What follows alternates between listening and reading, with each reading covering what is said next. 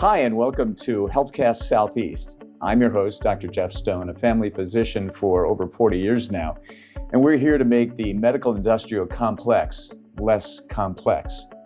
Well, today, I'd like to talk about something that we haven't done yet. You know, it's said that fully 2/3 of all the visits to primary care involve some mental health issues. The prevalence of depression in the US and Europe alone is approximately 18% at any one time. This begins in adolescence, and the number of women with depression outnumbers men about 2 to 1. So over a lifetime, the difference of women to men is as much as 2 to 1 or more. Well, with that in mind, any discussion about women's health has to include discussions about mental health. And with me today is a thought about not only the awareness of increasing women's health and the mental health and behavioral health that goes with that, but someone who is a firsthand knowledge-based person in that regard. She is a practicing family nurse practitioner, and she is here with me in Duluth, Georgia, and I'd like you to all meet Kieshia Grimsley. Welcome to HealthCast Southeast. Thank you. Happy to be here. Well, we're glad to have you here for a whole bunch of reasons that I sort of alluded to. But first and foremost, I'd like to find out a little bit more about you. Where are you from? Where'd you go to school? How did you reach this career choice? Maybe something about your family. What are your passions? Okay. So I went to school in Greensboro, North Carolina. That's where I did my undergrad. It wasn't cut and dry of me becoming a nurse initially. Initially, I wanted to be a lawyer. And then when I was on my way to freshman orientation, my mom gave me the ultimatum of either you figure out what you want to do, because I told her I didn't know at the time. In your freshman year? Yes, or you're going to community college. And I did not want to go to community college. Okay. So nursing was it. Yeah.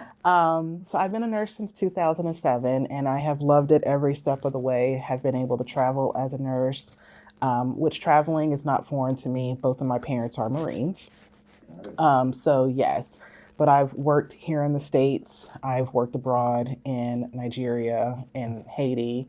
I've been in Ghana as well, working as a nurse. Wow. So a lot of experience. And I gather that a lot of that was geared toward women's health. And that was what I learned about you earlier.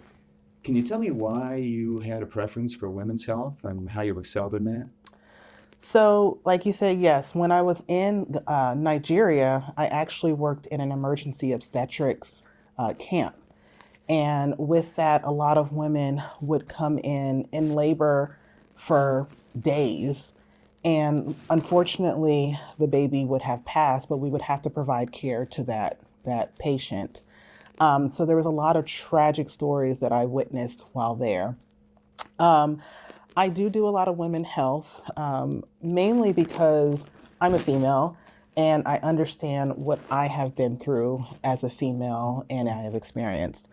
So it's just one of those things that I do like my primary care, but I also like catering to that population as well. Yeah, it sounds like there's a deeper story there, and I'd like to dive into that if it's not too personal. But as I understand it, you had some significant circumstances surrounding your pregnancies. Sure. Yes, I am a mom of 4. Congratulations. Thank you. Ages 8, 3, 2, and 9 months. So I am postpartum 9 months. With my first one, wasn't as bad, but with my second and subsequent births, I did experience pretty bad postpartum depression. It was worse each and every time for me. And so that has been my experience in that respect. So postpartum being after the pregnancy, is that a day, a week? How soon is that onset? And tell us a little bit about how it manifested. So when it manifested with my second, being a healthcare provider, I recognized the signs, but hid them underneath the rug. I slid them underneath the rug. Stoic. Mm-hmm. You're a medical person. You're Correct. not allowed to be sick. Exactly. The patients can be sick, but you can't be sick. Exactly. But the health provider also needs care as well. Yep. My mom was actually the one who said, hey, you might want to reach out to your OB or your doctor and let them know what's going on, because I think you're having symptoms of postpartum depression. And my mom also being someone who has had postpartum depression. And so she was able to pick up on the symptoms. I didn't listen initially, and I'm like, Mom, I'm fine, nothing's wrong. But as it got worse and it got to a point where I had my own breaking point to where I said, yeah, I need help. My understanding is that as much as 80% of all American women have what I call the baby blues. Mm. You know, you're a little bit down, you're sleep deprived, you're out of sorts. Is this postpartum depression that you speak of different than the baby blues? And if so, how? So, I mean, yes and no. With baby blues, it can be hormonal, it can just be related to I have this new life that I have to take care of. And so there's a lot of uncertainty with that just as a female or as a human being in general. But with postpartum depression, a lot of it comes into play with your hormones, like I said, um, not getting enough sleep. And then also, it's a whole change in dynamic with your partner. If there's other children involved, everything changes. And so, postpartum depression then comes into play. So I'm gathering that that's just a little bit deeper than baby blues. It's not something you just get rid of with a good night's sleep. Correct. Ah, Correct. all right. Correct. So someone recognized it in you. You eventually accepted that. Uh-huh. Maybe your military background put that off a little bit because you're tough, Yeah. right? Yeah. But eventually you got some therapy, some kind of, I'll call it remedy. Uh-huh. What was it? How did you get out of that? How did you handle it? So I will be upfront and honest. I was admitted because it got to that point where I just could not handle it. And I was actually having suicidal thoughts. And at that point in time, that's when I realized and recognized that I am not okay. Right.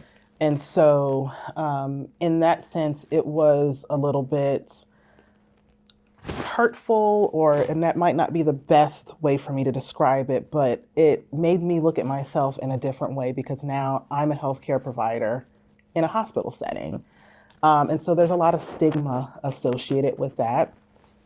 But I was able to get the help I needed. I was started on medication therapy. I started with an actual therapist, behavioral health specialist outside of the hospital. And about a year postpartum, I was fine, and they started taking me off of medications. So it's not that I had to be on medications long term. It was to get me through that postpartum period. That specific stage of life, once you accepted your diagnosis and moved on. Correct. We're so glad that you got better with that too. But I'm really interested because then you went and had another pregnancy after that. What the behavioral health specialist is Yeah. saying, is this lady crazy or what? You want to explain yourself? So yeah, that was not my plan. We only planned our first two children. The third one, I was actually breastfeeding and I was taking the pill. 3 months postpartum, I got pregnant. What are the chances of that? Exactly. Pretty slim. Exactly. Yeah. And then this most recent, the fourth one, I had an IUD in. And yeah, she's here. Well, congratulations. Thank But, you. You know, I was going to ask you, would you attempt another pregnancy? That's a done deal now. How did you handle it? Were you anticipatory for the next one and what might happen afterwards? Again, how did you handle that? So to answer your question, no more babies. We completely closed the shop on that end. Okay. But if I hadn't done it, I would still be really afraid of getting pregnant again because, as I've alluded to, nothing has worked for me. And that's just not to say it's not going to work for anybody else because I am apparently an exception to the rule. But for me and my health, I would not have another baby because each time it has gotten worse for me. And that is the risk associated with having subsequent pregnancies when you already have that history. So clearly this affected you personally. I'm also interested in how it affected maybe your partner and the children. And any feedback on that? Yes. So it does affect not only you, but it does affect everybody around you because I became aggressive. I became withdrawn it got to the point where I did not even want my children touching me. I was overstimulated. And so I felt that they also suffered from what I was suffering and are suffering from. And so, yes, it doesn't only hurt you, but it hurts others. And that old adage, hurt people hurt people, that's exactly what it was. Well, I would congratulate you on the courage to come forth to admit whatever perceived deficits in the obvious physiologic condition that you had. And I want to emphasize physiologic here. When we talk about depression, anxiety, the postpartum blues, anything that you want to put that into perspective with, this has nothing to do with your IQ or your character. I think a lot of people need to know that too. And not just my message, but I'll let you espouse that message as well too. But what would you say to anybody who is afraid of this postpartum depression and the behavioral health surrounding that and contemplating pregnancy at this point? How would you, I guess, advise them? So as I advise a lot of my patients already, if you're on medication therapy, continue with it. There are medications that are safe in pregnancy, but there are some instances to where if you're already on medications, it's okay to continue them as long as you have the proper follow-up and care. So you never want to stop anything. Pregnancy in general can also cause a whole host of emotional symptoms as well. So continuing with the medication is very important. I also recommend recognizing the symptoms and having close family, close friends who are around you to just pay attention. Because if they see anything that is out of the sorts from your norm, then they'd want to speak up and try to get you the help as quickly as you can. And then also it's a good idea just to have that already established relationship with a therapist. And so they can also recognize when something is out of sorts and they can get you the help that you need. Or with your primary care doctor, I might add that just because of my bias, my prejudice. I'm guessing that there's a lot of women out there, and this is one reason we did this podcast, that are feeling much of the same things that you did. Do you ignore them? Do you act on them? What's the threshold? When do you decide, I've got to tell somebody? Do we wait until you're thinking about suicide? What would you advise your patients? I would advise the moment that you feel something is out of sorts, even if it's, I normally want to go for a walk today, but I don't want to go for a walk today. That's when you pay closer attention and you recognize that this is outside of your norm. So anything that takes you outside of your norm in that respect, that's when I would encourage to get the support. Thank you. Great words, great advice. It's not unusual to feel negative thoughts about your baby, especially when they're screaming and sleep deprived, Correct. that sort of thing. But at least share it with the family, with your therapist, with the family doc. That's a good thing as well, too. Be open. Be open, transparent. Yeah. Right. Fantastic. Do you think, because of your background and your demographic as a woman of color, there was any difference in you were getting sick to begin with or getting the help that you needed? And I'd just be curious about your opinion on that.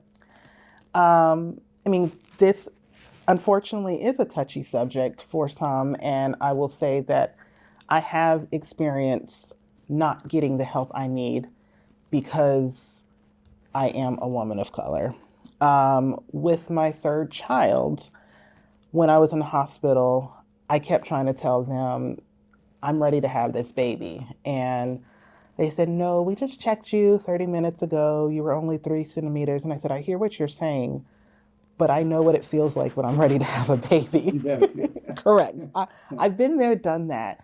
And even my husband kept trying to advocate for me. And he said, I know when she's ready. I can tell when she's at that point. And sure enough, the nurse pulled back the covers and she couldn't even get her glove on before my child came. Yeah. And so at that point in time, he did spend some time in the NICU because nobody listened to me. And even with this most recent postpartum episode, I recognized the signs a whole lot sooner, and I kept trying to get the help that I needed, and still nobody listened to me, even in the position that I'm in. And I felt that it was very hard for me to get the support that I needed. So that's why I advocate, and I am a huge supporter for getting the help that you need. And anytime somebody comes through those doors and they tell me I'm feeling this way, I'm all over it. Yeah, fantastic. It also sounds like your husband was a huge part of that as well. Correct. As an advocate, and then extended relatives, such as your mom, in retrospect. So Yes. build that rapport, have that team. This really Yes. is, I hate to say it, a team-based sport, because when my wife was having babies, really my role was, well, lesser, much lesser, but important nonetheless. So I Yes. would say that to any of the men listening. Support your spouse. All Yes. right. Good, good. Yes. Hey, we could spend a little bit more time on that. I think we've really done a good job of raising awareness on this issue. But as I say, behavioral health is a big issue for Yes. all women because, if nothing else, the incidence and the prevalence in the Western world. There are other things that women have to think about, and maybe you want to comment on anxiety, PTSD, what we often refer to technically as premenstrual dysphoric disorder. You may want to call it something else. Oh, guy. Yeah, PMS. PMS, there you go. Your comments on that, and how do you advise your patients, your families? So, with that, I tell patients that it's okay not to be okay. Great line. Because, everybody has those moments. It's nothing that you need to be afraid of. There's no reason that you need to think yourself any less than, because everybody has hard times. Depression, anxiety, PMS symptoms. Unfortunately, women, because of our hormones, every month we experience these maybe more frequently than the male gender. And so in that respect, I just recommend that you advocate for yourself. Like you said, have that support system in place who is able to notice when something is wrong, and then have those regular routine check-ins with your primary care physician, so that way they're able to help you when needed. And share those feelings. Correct. Be transparent. Correct. Allow perhaps the spouse to say, every month Yeah. I have to find my man cave, Yeah. okay? Yes. Whatever the symptoms might be. Exactly. Fair enough. Well, and again, we could spend a lot of time on that in the very biggest way with specifics, but I think being open, being aware, not trying to be too stoic. Correct. From a Marines family, right? But there are other things that are very specific to women that often surprise the women that I speak to. All of my patients think that they're going to die of cancer, specifically breast cancer. Yes. But that's not the number one cause of death. You want to talk about that and how you handle primary care in the female setting? Yes. So the number one cause of mortality in women is heart disease. And so, and that actually rises after the age of 50 for females. And so I do encourage having the regular routine screenings, follow up with your primary care within that 1 month, 3 month, 6 month time frame that is recommended, sometimes sooner. I do recommend making sure you're getting your lab work done appropriately, getting your routine screenings as females. So pap smears, which we start at the age of 21 up until the age of 65. I do recommend continuing with mammograms, which we do start at the age of 40. I also recommend continuing with your colon cancer screening. So age of 45, we start with those. And usually that ends until the age of 75, unless we need to continue on. But just having that regular check-in. Again, establishing and engaging Yes. with your provider just makes all that a little bit easier to take in too. All great advice. Are there any questions that I haven't asked you? And it doesn't have to be about women's health, but things that you are passionate about, questions that you thought ought to be brought to the general public so that we might share it with everybody. Sure. Like I said in the beginning, that birth control did not work necessarily for me. Clearly.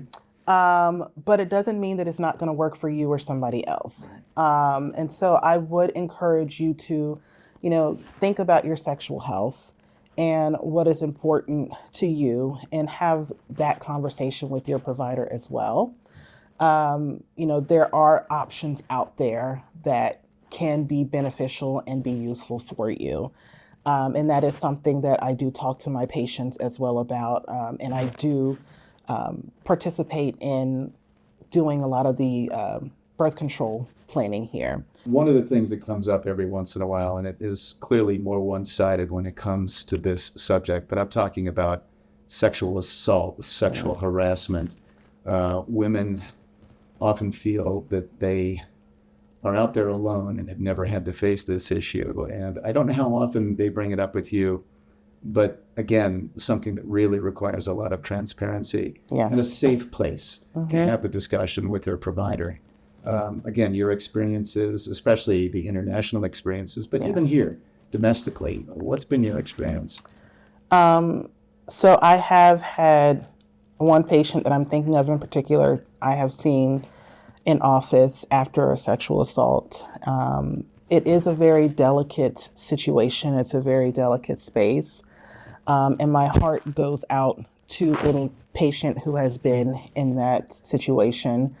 I do encourage just to have that support person, have that safe space, go to people who you can trust, get the proper testing afterwards, because even you were violated in that respect, but you also do have to protect your health and make sure that you are okay and there's no lasting effects physically, not only mentally, but physically.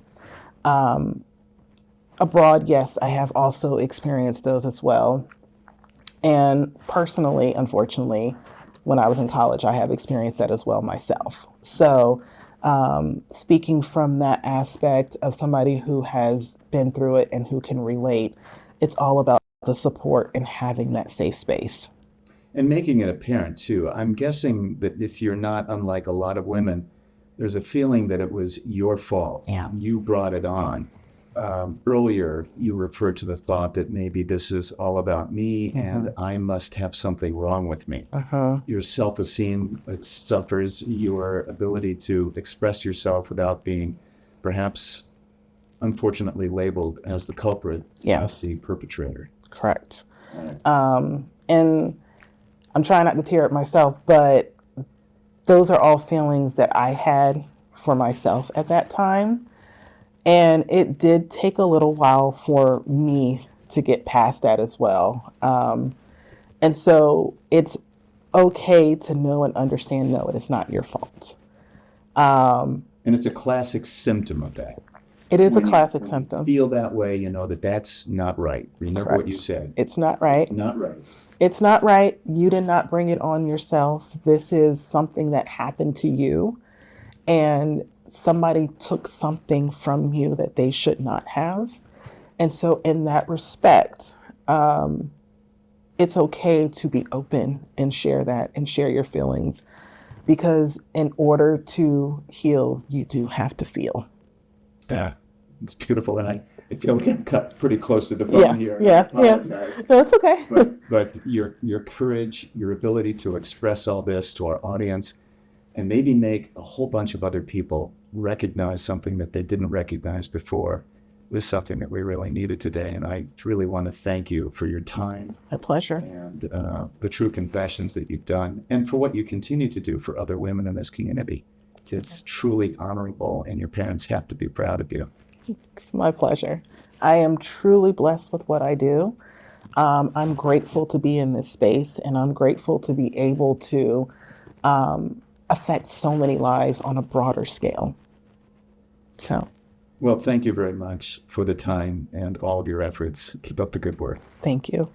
I'd like to say what an honor and a privilege it has been to host with Keisha Grimsley today about a subject that is very near and dear to the hearts of a lot of my patients.